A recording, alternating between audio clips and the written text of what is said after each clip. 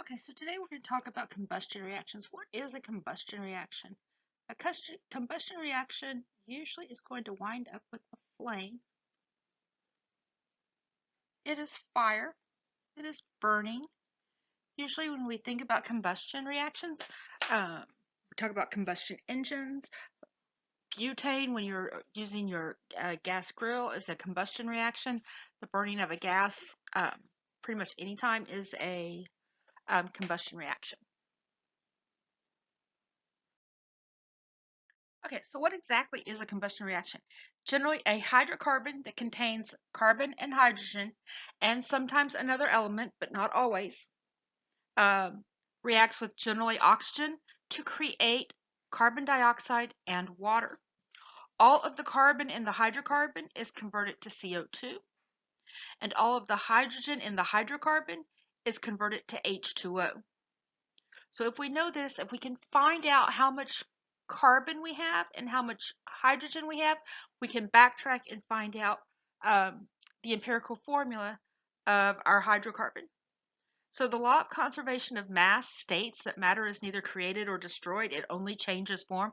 It just rearranges. So if I start with 15 carbons on the reactant side, my product's going to have 15 carbons. It may have just changed who it's partnered with, but we still have the same number of carbons on each side. So the way I usually say that is what we start with is what we end with. It just rearranges. Upon combustion, okay, so let's look at this example. Determining the empirical formula for a combustion reaction. So the first thing we need to do is know our givens. If we look through our question, we will see the sample. Oops.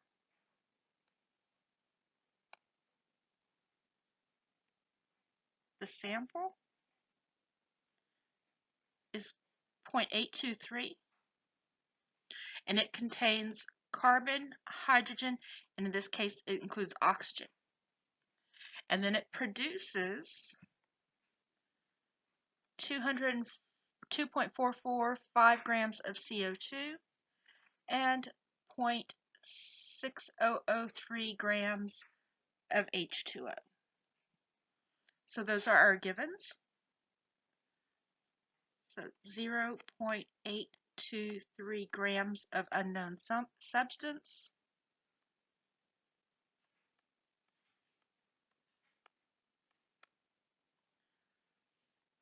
2.445 grams of CO2, and 0.6003 grams of H2O. So those are our givens. And what are we trying to do? What are we doing with this question? In this case, it tells us we are determining the empirical formula. So what we need to do first is convert grams of CO2 and grams of H2O into moles.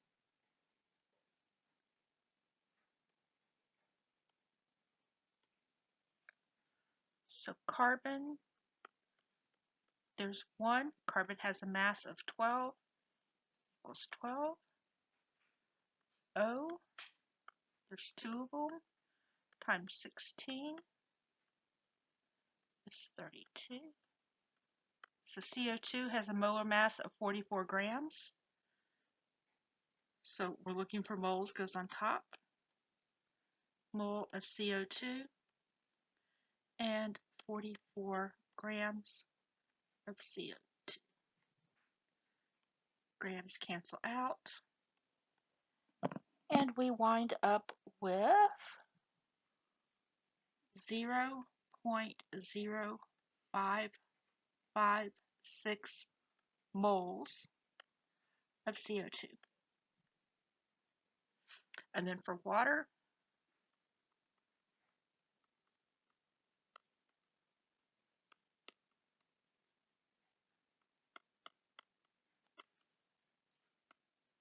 is 18. So 1 mole of water is equal to 18 grams of H2O.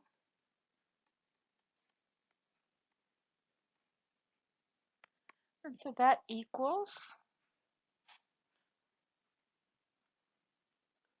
0.0033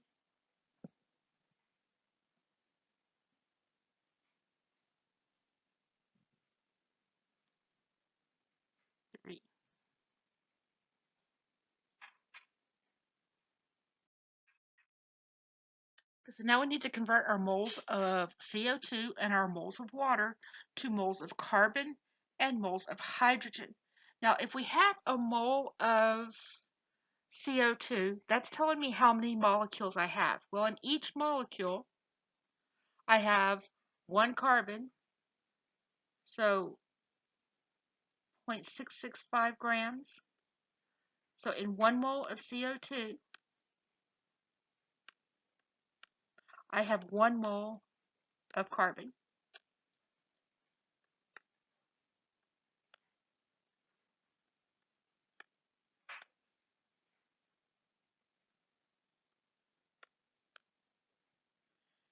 And for hydrogen,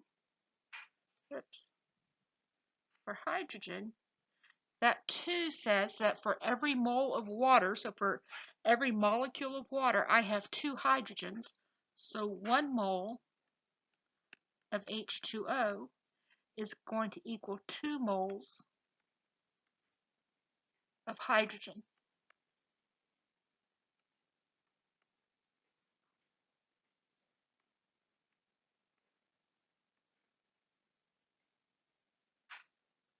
Six, 7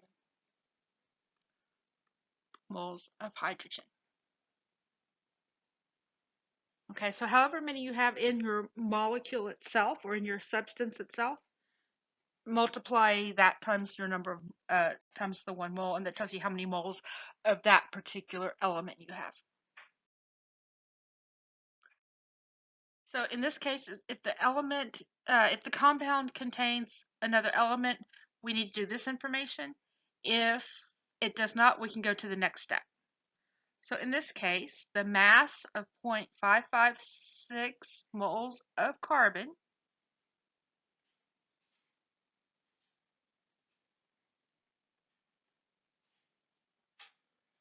and carbon has a mass of 12, so 12 grams of carbon is 1 mole, and the mass of that will equal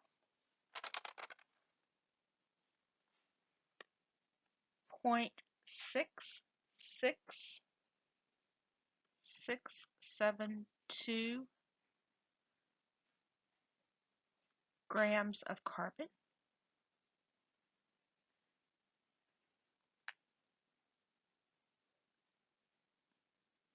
Hydrogen is easy because it's 1 gram.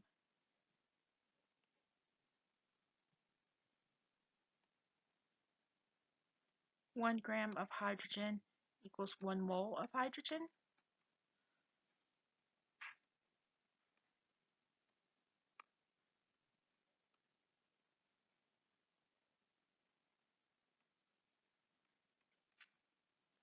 So we said the mass of our sample equaled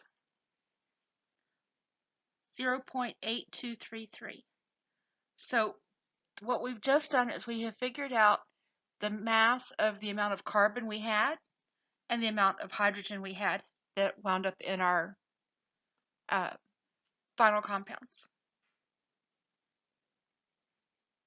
So to find out the mass of oxygen, 0.8223 minus 0.6672 minus 0.6662. I probably should put a 0 here. And that should equal 0.09 grams of oxygen.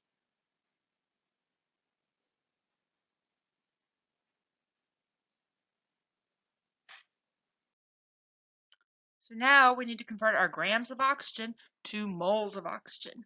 So we know that oxygen has a mass of 16 grams. So 1 mole of oxygen, 16 grams of oxygen, and this comes out to 0.0056 moles of oxygen. Okay, so now we're going to take our moles and we're going to put it in a temporary formula, like so. And then to get our empirical formula, we are going to divide by the smallest number. So in this case, we're dividing everything by 0.056.